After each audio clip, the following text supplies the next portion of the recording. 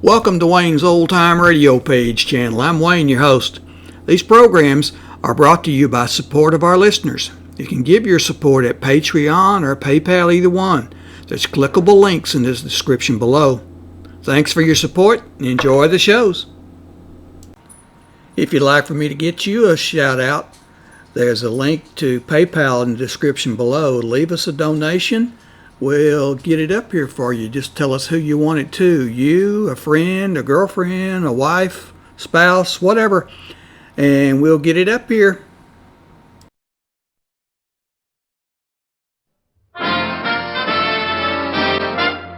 Listen while the makers of Rexall drug products and 10,000 independent Rexall family druggists bring you Dick Powell as Richard Diamond, private detective.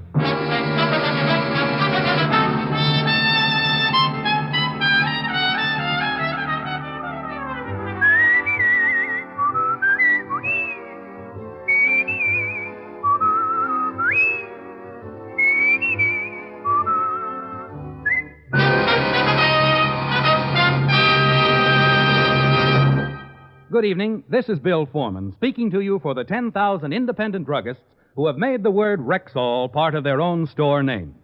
They've done that because they recommend and sell the 2,000 or more drug products made by the Rexall Drug Company.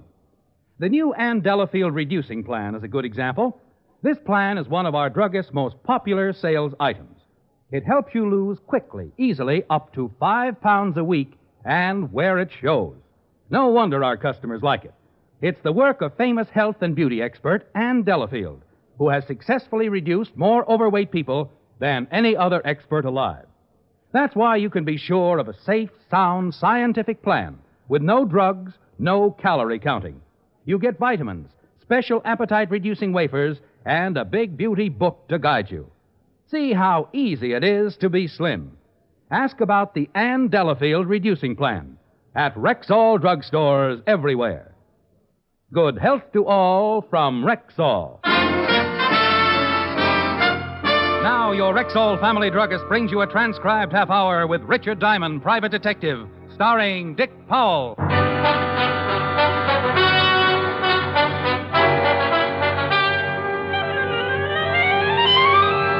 When Irish eyes are smiling. Well, if it ain't Richard Diamond, the smiling gumshoe. Well, if it ain't Sergeant Otis, the laughing hyena. The lieutenant in? Yeah, go on in and spoil his afternoon. You know, Otis, I think you've got the kindest, most wonderful face in the whole wide world. You do? Absolutely. But I do wish you'd do me a favor. Well, sure, anything. Stop wearing it upside down. Hello, Walt. Hello, Rick. Sit down. Oh, thanks. What's doing? Want a sandwich? I'll take some of that coffee. Sure. Something on your mind, Rick? No, just got tired of sitting around the office. No business? Not in a week. Got any sugar? Oh, yeah, I forgot. Here. Yeah, Otis? Lieutenant, I got some guy on the phone who won't give me his name. Says he wants to talk to you. Matter of life and death. Okay, put him on. Right. Homicide, Lieutenant Levinson. I'm going to say this once, so listen carefully. Tonight, somewhere in New York City, I'm going to kill a man, and there's nothing you can do about it. What? Promptly at 8 o'clock, somewhere in this city, I'm going to kill a man. Hello? Hello? Something wrong? Some guy says he's going to kill somebody at 8 o'clock tonight. Oh, dandy. Crank. Did he say who his victim is going to be? No, just a crank. I should have humored him. Made suggestions. My landlord, for instance. Be a little gruesome if he really did it. Yeah. You'd have a hard time protecting 8 million people from a killer you don't know anything about. Hope it was just a crank. Otis, Yeah, Lieutenant. if that guy calls back, put him through and trace the call. Right. It sure would be miserable if that call was on the level. Oh, relax. I'll have some more coffee. I had some more coffee. Walt worried a little, not a lot, because the big precinct caters to a good number of cranks every day. We talked about old times, and around 6, I matched Walt for dinner. He stuffed himself at the automat until I ran out of change and begged for mercy. Then he dropped me off at my flat on 53rd and went back to the precinct. I showered, shaved, slipped into my blue suit, and headed for the door.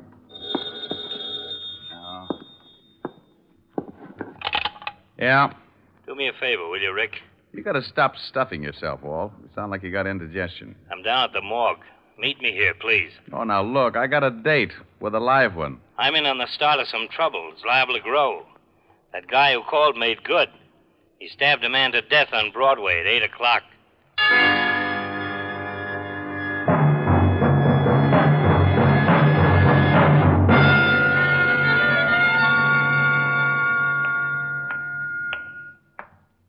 Here he is, Lieutenant. Hello, Walt. Hi, Rick. Thanks for coming down. Okay, Hal. Who is he? Or, who was he? Brother identified him. Abraham Weiss. Stabbed in the heart from behind with a long, thin instrument. On Broadway at 8 o'clock. That's right. A dozen people saw him stagger to the curb and fall. Most of them just thought he was drunk. You think your boy on the phone did it? 8 o'clock, right on the nose. Whoever did it must have walked up behind him, jabbed him just below the left shoulder blade, and kept on walking. What do you want me for, Walt? If this guy on the phone did kill Abraham Weiss and we can't find a motive, it's a little more than a simple killing. We may be mixed up with a madman. Oh, so I qualify in that league. You're one of the few guys who really is interested in criminal psychology. Well, I think it's the answer. You can't stop something unless you know the cause. Will you give me a hand, Rick? Sure. I've got Weiss's family at the station. Let's go see them.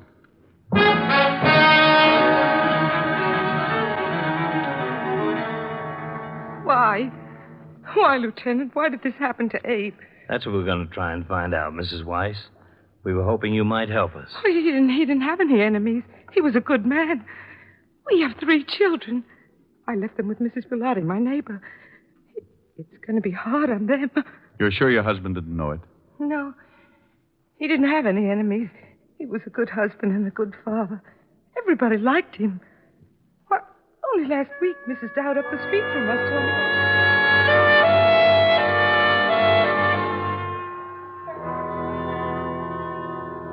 We'd like a list of your brother's friends, Mr. Weiss. Where he worked, people he had business with, anyone you can remember who might give us a lead.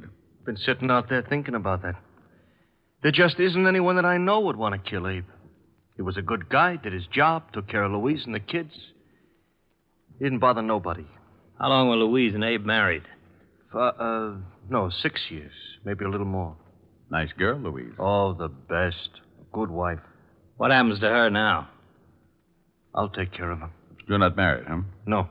Quite a job taking care of a widow and 3 kids. I'm doing all right. It's the least I can do. You got a girl? Yeah, why? Maybe going to get married, huh? Well, I'm engaged. I've been thinking about it. It'll have to wait for a while, I guess. Until Louise gets back on her feet. Okay. Tell us about some of your brother's friends. Well, I guess his best friend was Art Brearley. They was awful close for years. He told us about everyone he could think of. Gave us a dozen names and addresses we could check. Like Louise, Martin couldn't figure why anyone would want to kill Abraham Weiss. The next was Mrs. Rebecca Weiss, tired, the hurt in her eyes enough for all the mothers who had raised a son and lost him. We'll try not to keep you too long, Mrs. Weiss. It's all right, Lieutenant. You want to help? Would you like a glass of water? No. When will I be able to see my son? It's right that I should see my son.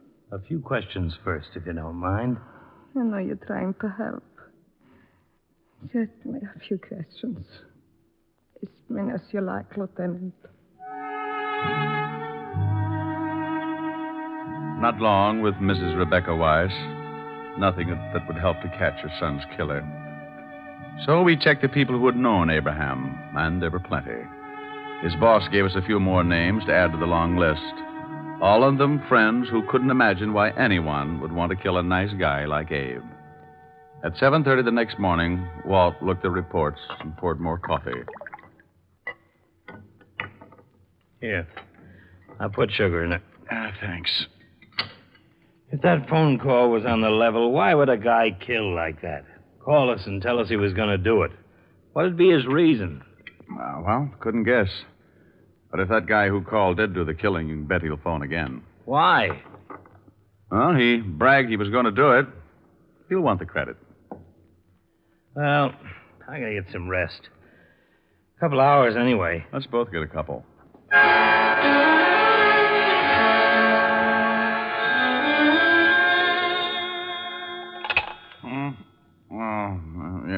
Yeah? Sorry. That doesn't matter. Lousy dream. What time is it? 5 o'clock. Oh, I died, didn't I? Our boy called again. Oh? You trace it? Phone booth in Grand Central. What do you have to say? Not much. Wanted to know how he liked his handiwork. What's a good answer to that one? Well, I said a few things, but I guess he figured we weren't satisfied, so he promised he'd kill somebody else tonight.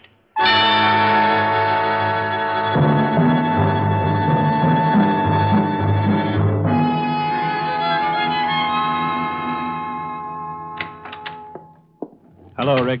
Seen the papers? No. Here. Fiend terrorizes city. Unknown killer murders at will. Police baffled. Everybody's on my back. Exactly what did he say?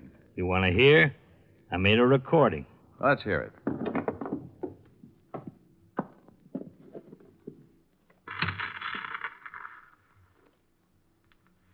Okay, Otis, put him on. Hello, Lieutenant. Yeah? What do you think now, Lieutenant? I did what I said I was going to do, didn't I? Look, who is this? The man who called yesterday and said he was going to kill someone at 8 o'clock last night. I don't believe it. Well, certainly you do. You'd like to stall so you could have this call traced. Well, you'd better listen. I want everybody to know just how stupid the police force really is. I'm going to kill again tonight, and there's nothing you can do about it. Look, you, whoever you are, if it's the last thing I ever do, I'll... Tonight at 8, another innocent victim will die because the police can do nothing about it. Hello? Hello? Otis! The call came from a phone booth in Grand. He said another innocent victim. Yeah, so he's a nut. For some reason, he hates the police force. There's your motive. Well, I guess it's possible, but something sticks in my craw. Yeah? What? 8 o'clock. Why pick 8 o'clock both times? Well, I guess, like you said, he wants the credit. We're liable to get a couple of killings in an evening. He wants us to be sure which one he did. Okay, so he makes it 8 o'clock the first time. Why the second? Why not 6 or 7 or 10 or... Just following a pattern, I guess. Maybe so. Well, what'll we do? I got every man possible on the streets. But, Rick, let's face it, this is a pretty big city. And it's 6-2 and even. If he does kill again, it won't be anywhere near the scene of his first stabbing. I guess we just wait. Yeah. A little over an hour to go. So we waited. Walt got the coffee going, and I went through a whole package of cigarettes. Somewhere in the middle of New York, probably on a crowded street, a man was walking, waiting like we were for 8 o'clock, waiting to stab someone through the heart, waiting for 8 o'clock. Want coffee? No, Give me a cigarette. you don't smoke. Want a bet? Here. Got a match? Got a lighter. This is no good. Yeah? Let's go. Where to? Entrance to Madison Square Garden. Man stabbed to death in the crowd going into the fights. Right at 8 o'clock.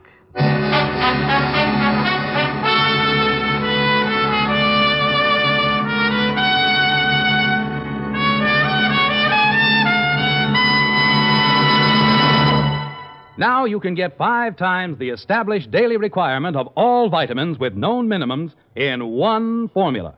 It's Rexall 5X Multivitamins, a marvelous new product direct from the world-famous Rexall Laboratories. In this new, carefully balanced formula, Rexall scientists have provided a tablet that is 5 times stronger than the minimum daily requirement of all vitamins with established minimums, plus red crystalline B12. Rexall family druggists are so anxious for you to reap the benefits of this amazing new vitamin formula that they invite you to try it for 10 days at their cost.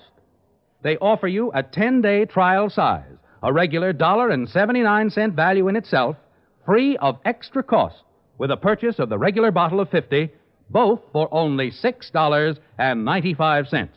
If, after 10 days, you do not notice a marked difference in your general health and well-being, return the unopened bottle of 50 tablets, and your full purchase price will be refunded. Take advantage of this special introductory offer on Rexall 5X multivitamins, the tablets that give you 5 times the established daily requirement of all vitamins with known minimums, plus red crystalline B12. Ask for 5X multivitamins at Rexall drugstores everywhere. And now back to tonight's adventure with Richard Diamond, Private Detective, starring Dick Powell.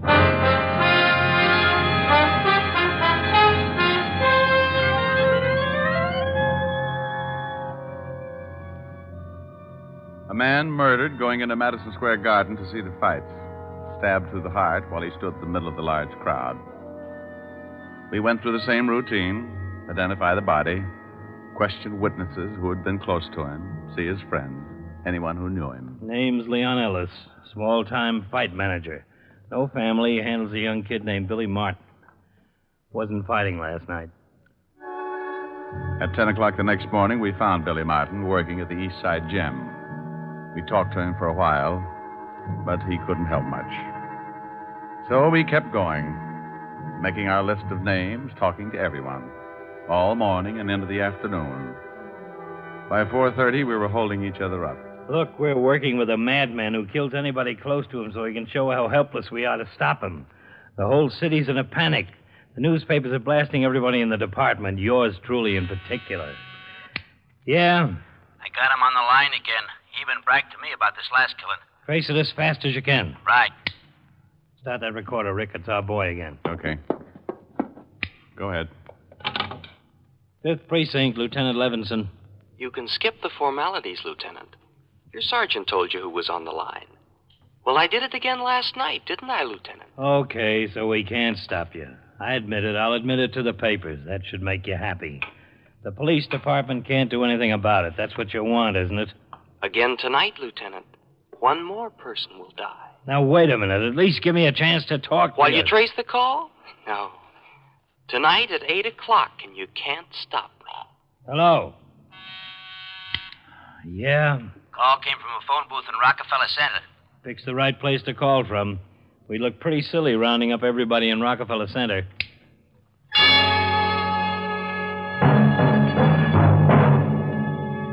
Walt looked sick, and I felt it. What could we do? We knew nothing about our killer or where he'd strike next.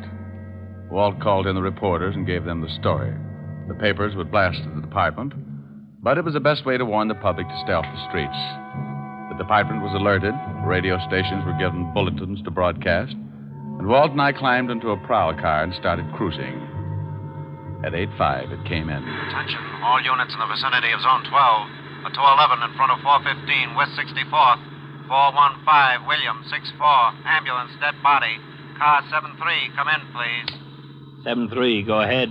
211 at 415 West 64 is a stabbing, Lieutenant. Roger. That's it, Rick.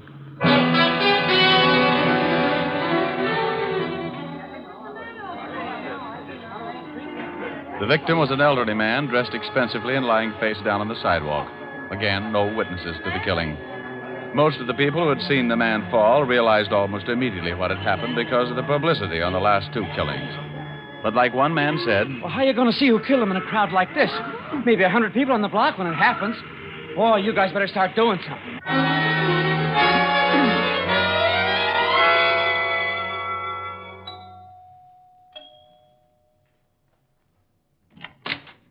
Yes, sir? Does Mr. Arthur Reeves live here? Yes, sir, but Mr. Reeves is not in at the moment. I'm from the police. Lieutenant Levinson, homicide. Homicide? I'd like to talk with everybody in the house. Certainly, sir. Has something happened to Mr. Reeves? He's been murdered. Oh, no. No, not Mr. Reeves. How many people in the house? Myself, the maid, and Mr. George Reeves, Mr. Reeves' nephew. Tell him I'd like to talk with him. And we talked with the 3 people in the dead man's house. The maid, the butler, and George Reeves, the nephew. I warned him not to take his walk tonight. I showed him the papers. Did he usually take walks at night? Has for the past 15 years. Know why anyone would want to kill him? Mr. Reeves? Of course not.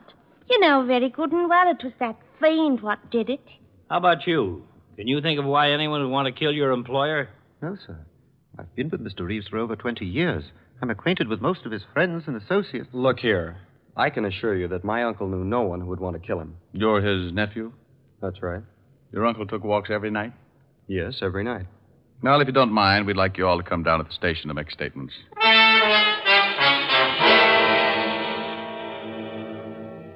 Okay, we got the statements, another list of names, and a long one. None of these killings tie together. Nobody on the first list has any connection with anybody on the second list. Let's face it, if that madman calls again, we can't stop him. Oh, take it easy. Well, will you? can we? I want to talk to the maid, the butler, and the nephew again. Why? It's just the same as all the others. I want to talk to them, okay? I'm sorry. Getting jumpy. No, you're tired. So am I. Otis, send in the maid. What are you doing? Fixing the recorder. I may want to listen to it again. So we again talked to the maid, then the butler, then the nephew, and the tape recorder picked up everything they said, and it sounded very much like everything everybody else had said after the first two killings. Walt let them go home and went up to talk to the commissioner. When he came back, he looked pretty discouraged. I'm sure on the griddle. Salvador, turn in my badge. I want you to listen to something. Oh, sure. I've cut out sections of tape, stuck them together. Mr. Reeves took walks every night after dinner, and dinner was always at 7? That's right. Then he always left sometimes close to 8? Yes, 7:30 or 7:45. He was never gone more than half an hour? No. What time did he leave tonight? About 7:45. Weren't you worried when he didn't come back within half an hour? Well, certainly. Both the maid and I were very anxious. Were you all in the house between 7:45 and the time we arrived? Yes, sir. Where was Mr. Reeves' nephew? In his room. He went up right after dinner. How wealthy was your employer? He was very wealthy. Mr. Reeves, who inherits your uncle's fortune? Why, I do. Was Mr. Reeves ever longer than half an hour with his walks? Never more than a few minutes, one way or the other. Who handles your uncle's affairs, Mr. Reeves? Well, Richard B. Gregg. He's been my uncle's attorney for many years.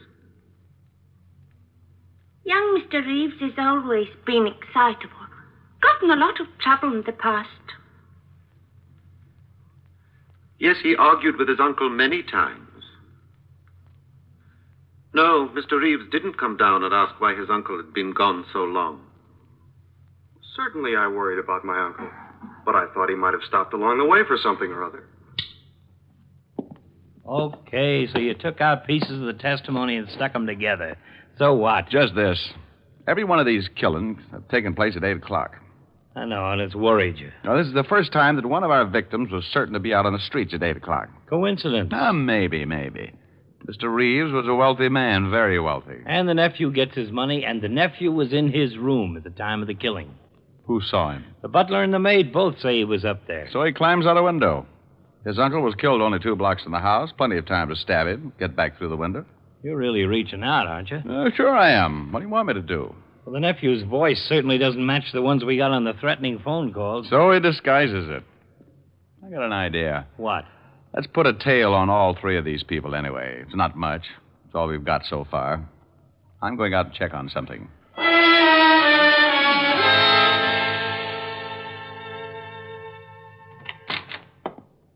What? Here's something that'll make your hair curl. I just saw the attorney for the Reeves estate, and he said the old man was planning on changing his will, leaving all his money to charity, not his nephew. He was supposed to meet with Mr. Reeves this morning. And Reeves gets killed last night. Pretty convenient for the nephew. We can't arrest him on that. No, but it makes a good motive. You think the nephew would kill 2 men and then his uncle, just so it would look like a madman had picked out another innocent victim? You gotta admit it'd be pretty clever. There's an understatement. Yeah. He's on the line again, Lieutenant. I'm tracing it. Oh, no. Our boy again. There goes your theory. Hello. You can't do anything, Lieutenant. I've killed 3 men, and you can't stop me. I'm going to kill again tonight at 8. Hello. Was him, all right. Tonight at 8. Rick, we've just got to do... Yeah? Call came from Grand Central again. Okay. Well, what happens to your theory now? Well, he might do it again. Expect you to react just this way. Who's tailing George Reeves? Harrison. When does he report in again? Checks in on the hour. Last time was about 20 minutes ago. 40 minutes to go, huh? No way of contacting him? No. Okay, we wait.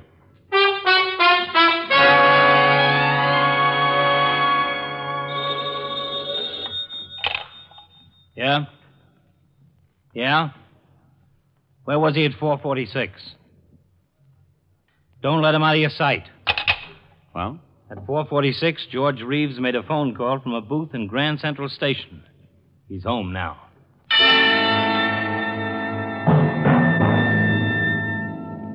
Well, we had something. A motive and a man calling from Grand Central, but not enough to make an arrest. We waited until 7 and then headed for the Reeves house. The area is surrounded. He'll have 2 men on him no matter where he goes. He's still in the house? According to Harrison. No, I want to do more than pick him up with a knife. Here he comes. Yeah. Climbing into his car. Attention, cars 31415. Suspect heading east. Proceed east on your streets. We tailed him, keeping in contact with the other cars as they stayed parallel. When Reeves turned off, we went on ahead, notified the car in our right or left to pick him up. That way Reeves wouldn't suspect a tail. About 7:30, we got a call that Reeves had parked. We headed for the spot in a hurry. Suspect is heading north on Coulter. Oh, get ahead of him. Park at the corner of Davis. We'll pick him up there. We stopped at the corner and got out of the car.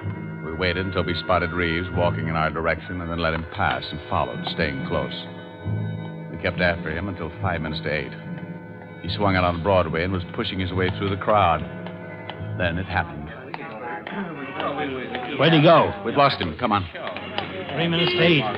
Let us through, please. Well, I never. Get out of the way. Oh, you push. Look out, please. You see him turn off? No, he's got to be... Walt, crossing the street. Let's go. Reeves. What? No! Look out for the knife. No, let me go.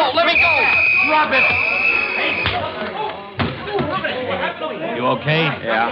Here's the knife. Young man, what right have you got to hit that nice gentleman? He was helping me across the street. I have a good mind to report you. Lady. If this man was helping you across the street, just forget about him.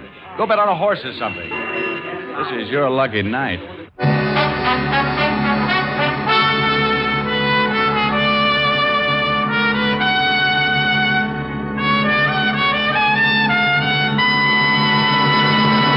Right when you need it most, Rexall scientists have developed a wonderful new product, Rexall Sunburn Cream, available now at Rexall drugstores everywhere. Rexall Sunburn Cream is a new film-forming compound that relieves sunburn misery almost immediately, gives more uniform coverage, and stays on longer than ordinary sunburn remedies. The protective agents in Rexall Sunburn Cream relieve the soreness and annoying itching of a fresh sunburn, soothe and cool the fire, help you sleep easier after overexposure. During these summer months, keep Rexall Sunburn Cream in the family medicine chest. It's available now at Rexall drugstores everywhere, the stores with the orange and blue sign. Good health to all from Rexall.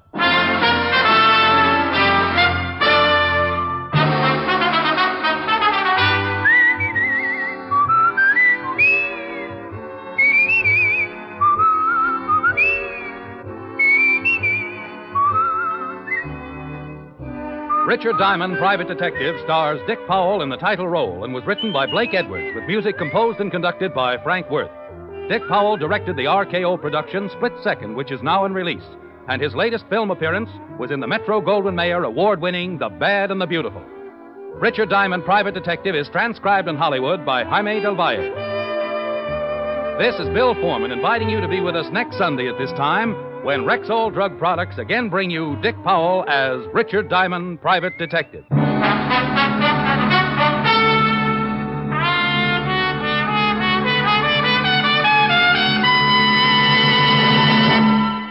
Attention people on sugar-restricted diets. At last you can get a non-fattening sweetener in granulated form. It's Rexall Sweetenette Sprinkle, the easy-to-use sugar substitute in a shaker. Just sprinkle it on food for all the taste, none of the calories. And there's no bitter aftertaste.